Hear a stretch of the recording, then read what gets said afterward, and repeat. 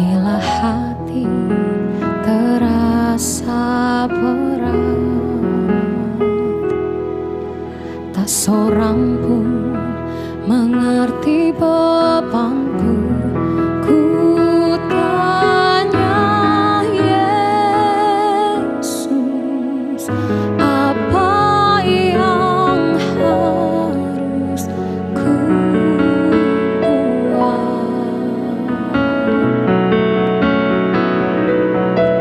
Dia berfirman, mari datanglah. Dia selalu pedulikan aku. Ku datang Yesus, Dia pikul segala bebanku. Sujud di altarnya, ku bawa hidupku. Ku terima anugerahnya, Dia ampuniku dan bebaskanku. Dia ubah hidupku, baharui hatiku. Sesuatu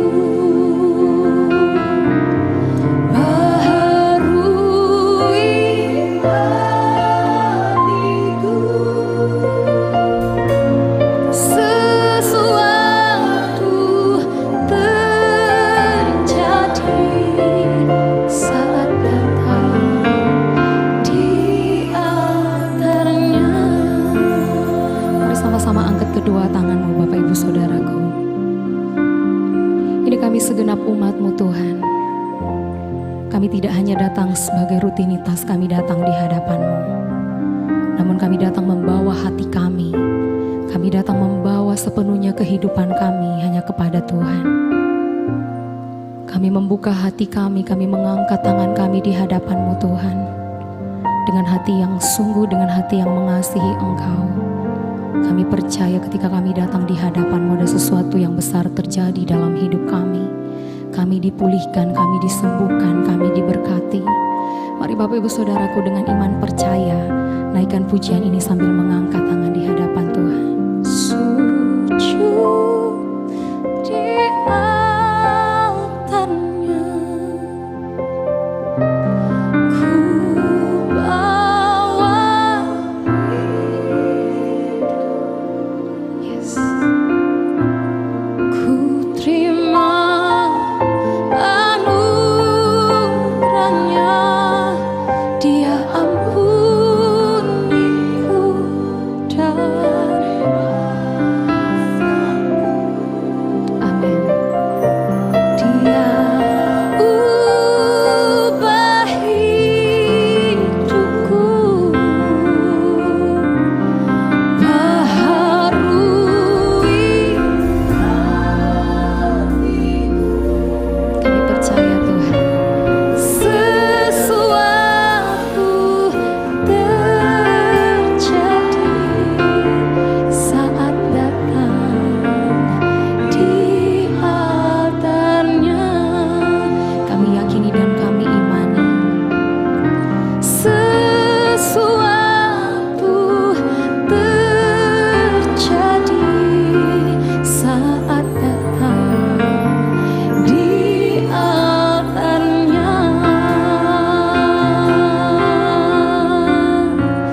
Sesuatu terjadi saat datang di altarnya.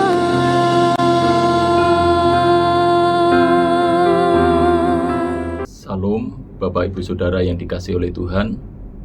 Mari sebelum kita mendengar bersama kebenaran firman Tuhan, sebelum kita merenungkan bersama kebenaran firman Tuhan, kita sehati, kita berdoa.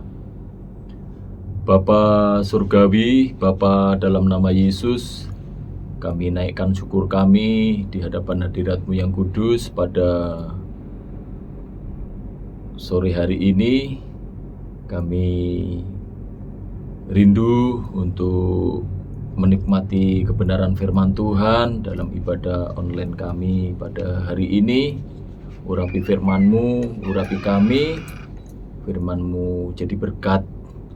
Terima kasih, kami terus dikuatkan untuk kami boleh menjalani hari-hari hidup kami dengan berbagai persoalan, tantangan yang ada. Kami tidak menjadi lemah, kami terus boleh kuat hidup dalam pengharapan kepada Tuhan. Terima kasih, dengan hati limpah syukur kami sambut nikmati firman Tuhan. Haleluya, amin.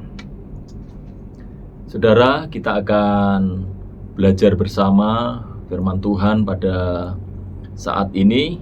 Dan firman Tuhan yang kita akan belajar bersama, firman Tuhan yang kita akan renungkan bersama, yaitu dengan judul renungan perumpamaan perihal kewaspadaan. Perumpamaan perihal kewaspadaan. Dari apa yang kita akan renungkan bersama, firman Tuhan terdapat dalam kitab Lukas pasal yang ke-12 ayat yang ke-35 sampai ayat yang ke-40. Lukas pasal yang ke-12 ayat yang ke-35 sampai ayat yang ke-40. Demikian firman Tuhan. Hendaklah pinggangmu tetap berikat dan pelitamu tetap menyala. Dan hendaklah kamu sama seperti orang-orang yang menanti-nantikan tuannya yang pulang dari perkawinan, supaya jika ia datang dan mengetuk pintu, segera dibuka pintu baginya. Berbahagialah hamba-hamba yang didapati tuannya berjaga-jaga ketika ia datang. Aku berkata kepadamu, sesungguhnya ia akan mengikat pinggangnya dan mempersilahkan mereka duduk makan, dan ia akan datang melayani mereka. Dan apabila ia datang pada tengah malam atau pada dini hari dan mendapati mereka berlaku demikian, maka berbahagialah mereka. Tetapi ketahuilah ini, jika tuan rumah tahu pukul berapa pencuri akan datang, ia tidak akan membiarkan rumahnya dibongkar.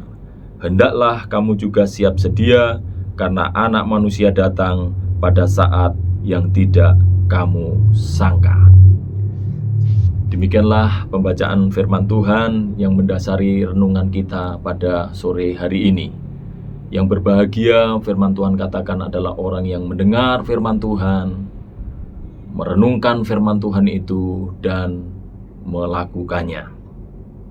Saudara, dari renungan firman Tuhan pada sore hari ini, kita belajar mengenai perumpamaan perihal kewaspadaan atau perumpamaan mengenai kewaspadaan. Dari renungan ini, dari kebenaran firman Tuhan ini, sesungguhnya firman Tuhan sedang mengajarkan kepada kita, sedang menasehati kita bagaimana kita bisa hidup selalu waspada, kita selalu hidup, selalu berjaga-jaga untuk menantikan kedatangan Tuhan Yesus kali yang kedua. Firman Tuhan ini mengajarkan kepada kita bagaimana kita selalu memiliki kerinduan untuk bagaimana saat dimana Tuhan Yesus datang menjemput kita, para salehnya, orang-orang yang dikasihinya, sebagai mempelai-mempelai wanitanya. Kedatangan Tuhan Yesus yang kedua disebut oleh firman Tuhan adalah sebagai Raja di atas segala raja, bahkan sebagai Hakim. Itulah sebabnya kita harus terus mempersiapkan diri kita, memperhatikan kehidupan rohani kita.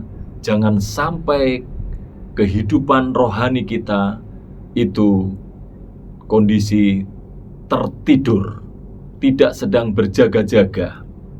Itulah sebabnya mari kita mau terus bangkit, kita mau terus terjaga, kita mau terus waspada, kita mau terus berjaga-jaga secara rohani dalam kehidupan kita, supaya kapanpun Tuhan Yesus datang pada kali yang kedua, kita siap untuk menyongsong Dia. Haleluya. Kita akan melihat beberapa hal dari kebenaran firman Tuhan ini. Kita akan belajar apa yang bisa kita renungkan dari kebenaran mengenai kewaspadaan ini. Apa yang bisa kita renungkan dari kebenaran ini, kebenaran mengenai tentang kewaspadaan ini. Kebenaran yang pertama yang kita bisa lihat adalah bahwa Tuhan Yesus pasti akan datang kembali. Tuhan Yesus pasti akan datang kembali. Kalau kita melihat di dalam Yohanes pasal yang ke-14 ayat 1 sampai ayat yang ke-3, kita mengerti bahwa Tuhan Yesus pasti akan datang kembali seperti yang dijanjikannya. Tuhan Yesus pasti akan datang kembali seperti yang telah dikatakannya kepada kita ketika itu, kepada para murid, bahwa ketika dia naik ke surga, dia pasti akan datang kembali. Yohanes pasal yang ke-14 ayat yang pertama sampai ayat yang ketiga. Janganlah gelisah hatimu, percayalah kepada Allah, percayalah juga kepadaku. Di rumah Bapakku banyak tempat tinggal. Jika tidak demikian, tentu aku mengatakannya kepadamu. Sebab aku pergi ke situ untuk menyediakan tempat bagimu. Ayat yang ketiga, dan apabila aku telah pergi ke situ dan telah menyediakan tempat bagimu, aku akan datang kembali dan membawa kamu ke tempatku, supaya di tempat di mana aku berada, kamu pun berada. Kalau kita melihat dan kita memperhatikan dari firman Tuhan ini, dari Yohanes pasal yang ke-14 ini, ayat pertama sampai ayat yang ketiga, ini kita melihat tidak lain adalah kisah di mana Tuhan Yesus menguatkan hati para murid, supaya para murid tidak menjadi gelisah, para murid tidak menjadi sedih hati, karena Yesus itu akan meninggalkan mereka naik ke surga. Mengapa? Karena Yesus janji bahwa Dia pergi kepada Bapa, satu tujuannya adalah untuk menyediakan tempat bagi mereka. Jadi Yesus naik ke surga adalah menyediakan tempat bagi para murid, termasuk juga di dalamnya Tuhan Yesus naik ke surga menyediakan tempat bagi kita semua. Jadi kita tidak perlu sedih, kita tidak perlu bersusah hati. Karena apa? Karena Yesus memang naik ke surga, tapi pada akhirnya juga Dia pasti akan datang kembali. Bahkan kalau kita melihat di ayat yang keempat, ayat yang ke-6 dari Yohanes pasal yang ke-14 ini, kita melihat satu kebenaran bahwa Yesus pasti akan datang kembali, dan Dia akan datang kembali karena Dia katakan bahwa seseorang bisa datang kepada Bapa itu hanya melalui Yesus. Hanya melalui Yesus. Kata Yesus kepadanya, "Akulah jalan dan kebenaran dan hidup. Tidak ada seorang pun yang datang kepada Bapa kalau tidak melalui Aku." Haleluya. Saudara, Tuhan Yesus pasti akan datang kembali untuk menjemput kita semua yang percaya kepadanya. Untuk itu, jangan pernah kita melepaskan Yesus, jangan pernah kita meninggalkan Yesus, jangan kita pernah menjual Yesus, menukar Yesus dengan apapun dalam kehidupan kita. Sebab Dia Allah yang sangat-sangat mengasihi kita, Dia adalah juru selamat kita, Dia adalah yang memberi jaminan akan kehidupan yang kekal, memberikan jaminan akan keselamatan bagi kehidupan kita. Itulah sebabnya, mari kita mau terus hidup dalam kewaspadaan saat-saat kita menanti kedatangan Tuhan Yesus yang kedua kali, sebab Dia pasti datang kembali seperti yang dijanjikannya. Yang kedua yang kita bisa renungkan dari kebenaran ini mengenai kewaspadaan adalah bahwa Yesus akan datang kembali. Kedatangan Yesus itu tidak disangka-sangka, tidak bisa diduga, tidak bisa diprediksi. Seperti dalam Kisah Rasul pasal yang pertama, ayat yang ke-6 dan ayat yang ke-7. Kisah Rasul pasal yang pertama, ayat yang ke-6 dan ayat yang ke-7, demikian. Maka bertanyalah mereka yang berkumpul di situ, "Tuhan, maukah Engkau pada masa ini memulihkan kerajaan bagi Israel?" Jawabnya, "Engkau tidak perlu mengetahui masa dan waktu yang ditetapkan Bapa sendiri menurut kuasanya." Kalau kita perhatikan ayat ini, dari firman Tuhan ini, ayat ini tidak lain adalah merujuk kepada kedatangan Tuhan Yesus yang kedua, yaitu yang waktunya itu ditentukan oleh Bapa sendiri. Artinya apa? Bahwa kedatangannya itu tidak disangka-sangka, kedatangannya tidak diduga-duga, kedatangannya tidak dapat diprediksi. Dia bisa datang sewaktu-waktu, Dia bisa datang kapan saja. Itulah sebabnya pentingnya untuk kita selalu berjaga-jaga, pentingnya untuk kita selalu waspada. Seperti dari ayat bacaan kita tadi dalam Lukas pasal yang ke-12. Kalau kita melihat di ayat yang ke-38, maka kita bisa melihat di sana bahwa seorang tuan itu tidak bisa diprediksi, tidak bisa diperkirakan kapan dia akan kembali. Diceritakan dalam perumpamaan itu adalah dia bisa datang dini hari, dia bisa datang tengah malam. Artinya di sini tidak dapat diduga, tidak dapat diprediksi. Dia bisa datang kapan saja. Itulah pentingnya kepada kita gereja Tuhan, kepada kita orang percaya, untuk kita selalu hidup berjaga-jaga. Marilah kita terus hidup dalam kewaspadaan, sebab kedatangan Tuhan Yesus yang kedua waktunya tidak dapat disangka-sangka, waktunya tidak dapat diduga-duga. Haleluya. Dan yang ketiga yang kita bisa renungkan adalah bahwa mengenai perumpamaan tentang kewaspadaan ini, bahwa Yesus pasti akan datang. Maka yang ketiga yang kita bisa lihat adalah bahwa kedatangannya itu dalam waktu sekejap mata. Kedatangan Yesus yang kedua kali, peristiwanya itu, kejadiannya itu sekejap mata. Maka kalau kita melihat dalam 1 Korintus pasal yang ke-15 ayat yang ke-52, maka kita akan melihat di sana ayat 51 dan ayat yang ke-52 dikatakan demikian. Sesungguhnya aku menyatakan kepadamu suatu rahasia, kita tidak akan mati semuanya, tetapi kita semuanya akan diubahkan dalam sekejap mata pada waktu bunyi nafiri yang terakhir. Sebab nafiri akan berbunyi, dan orang-orang mati akan dibangkitkan dalam keadaan yang tidak dapat binasa, dan kita semua akan diubah. Jadi kedatangannya terjadi dalam sekejap mata. Ini memiliki pengertian bahwa waktunya sangat singkat. Waktunya sangat singkat. Itulah sebabnya kita penting untuk selalu waspada, penting untuk selalu berjaga-jaga, penting untuk selalu siap sedia, karena peristiwa kedatangannya itu waktunya sangat singkat.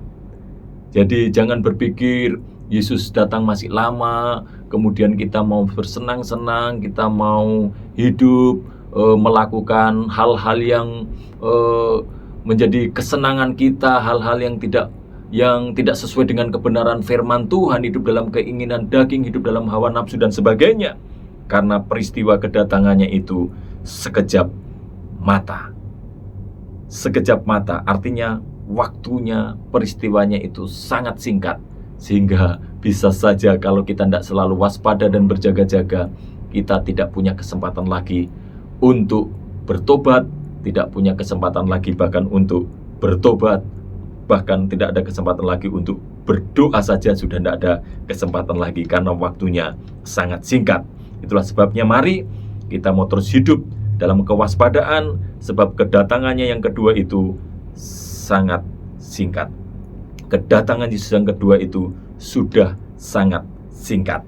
Bahkan kalau kita melihat dalam Matius pasal yang ke-24 ayat yang 3 sampai 28, maka kalau kita baca di sana kita melihat bahwa tanda-tanda kedatangannya itu sudah satu persatu digenapi. Kedatangan Yesus, tanda-tanda kedatangannya itu sudah satu persatu digenapi.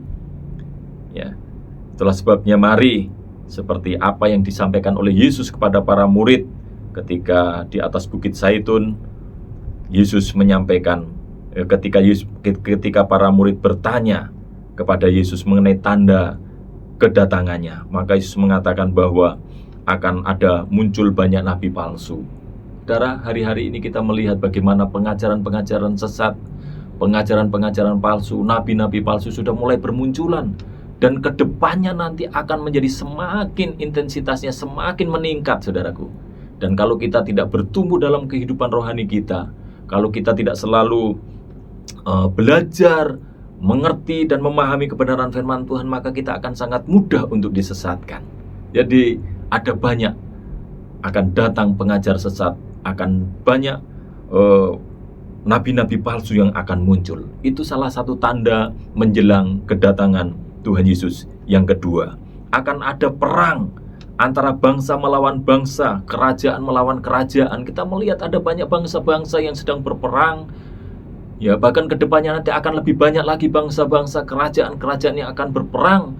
Sebab inilah yang dijanjikan oleh Tuhan, inilah yang dikatakan oleh firman Tuhan, bahwa akan ada perang antar bangsa melawan bangsa, kerajaan melawan kerajaan.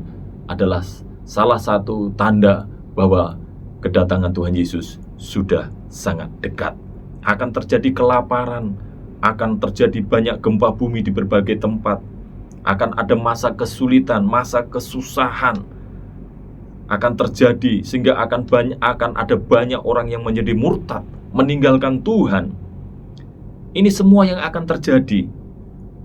Akan ada peningkatan daripada kedurhakaan yang menyebabkan kasih menjadi dingin dan lain sebagainya. Kalau kita melihat dan kita memperhatikan kebenaran firman Tuhan ini, maka marilah kita merespon firman Tuhan ini, bahwa firman Tuhan dalam renungan hari ini menjadi sebuah peringatan kepada kita, menjadi sebuah teguran kepada kita, sebuah nasihat yang penting bagi kita, bahwa kita harus selalu hidup waspada dan berjaga-jaga menanti kedatangan Yesus yang kedua kali. Sebab apa? Dia pasti akan datang kembali seperti yang dijanjikannya. Kemudian kedatangannya itu tidak disangka-sangka, tidak diduga-duga. Kedatangannya sekejap mata. Artinya apa? Waktunya begitu singkat. Bahkan kita melihat ada banyak tanda-tanda kedatangannya yang satu persatu sudah mulai digenapi. Mari kita terus bangkit dalam iman kita untuk kita mempersiapkan diri kita menanti kedatangan Yesus, sehingga saat Yesus datang kita siap sedia menyongsong kedatangannya. Amin. Untuk firman Tuhan, biarlah firman Tuhan ini jadi berkat untuk kita semua. Kita berdoa mengucap syukur untuk firman Tuhan.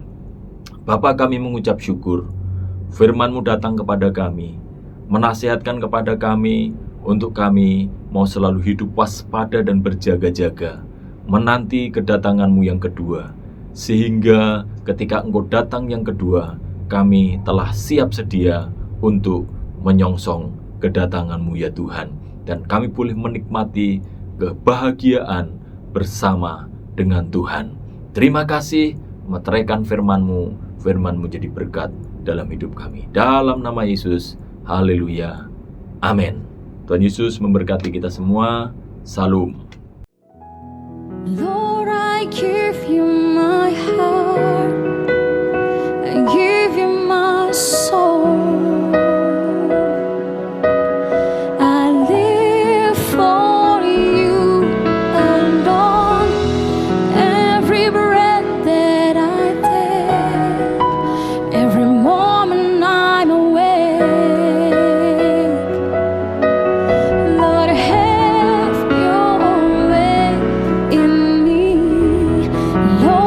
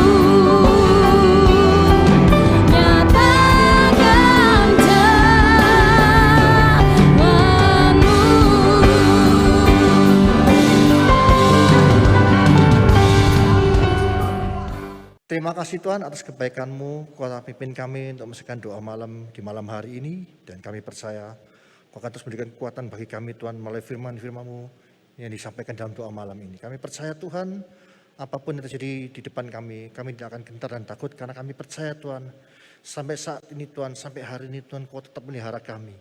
Kau tetap menjaga kami, melindungi kami. Untuk itu kami akan terus makin percaya kepada Engkau. Karena kami tahu Tuhan, perlindungan-Mu sempurna bagi kami anak-anak-Mu. Pimpin kami, berikan pengertian lebih lanjut kepada kami, dan kami siap dipakai untuk alat kemuliaan nama-Mu. Dan kami percaya Tuhan, biarlah Tuhan kami menjadi berkat bagi orang sekitar kami. Terima kasih Tuhan. Kau memberkati hamba-Mu yang telah menyampaikan firman-Mu, dan kami percaya Tuhan Kau pakai hamba-Mu dalam setiap kehidupannya, di dalam keluarganya, di dalam setiap pelayanan Kau buat hamba-Mu berhasil untuk kemuliaan nama-Mu saja Yesus. Terima kasih Tuhan. Kami ucap syukur kebaikan-Mu juga Tuhan, Kau memberkati seluruh jemaat-Mu dimanapun kami berada.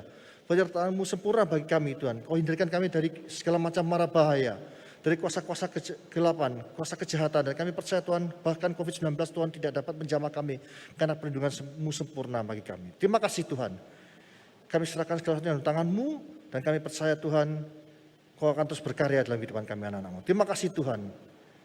Mari saudara kasih kita mengangkat kedua tangan kita untuk menerima berkat dari Allah Bapa. Kia ramata sikap pada ramaya rama, kia ramata sikap pada ramaya rama, kia rama. Saudara kasih, terimalah berkat dari Allah Bapa di dalam anak Tunggal Yesus Kristus dan persekutuan Roh Kudus. Mulai saat ini sampai selama-lamanya. Kau tidak menjadi ekor tapi kepala, Kau tidak turun tapi naik. Asal melakukan firman Tuhan dengan sungguh-sungguh. Di dalam nama Tuhan kami berdoa, haleluya, amin.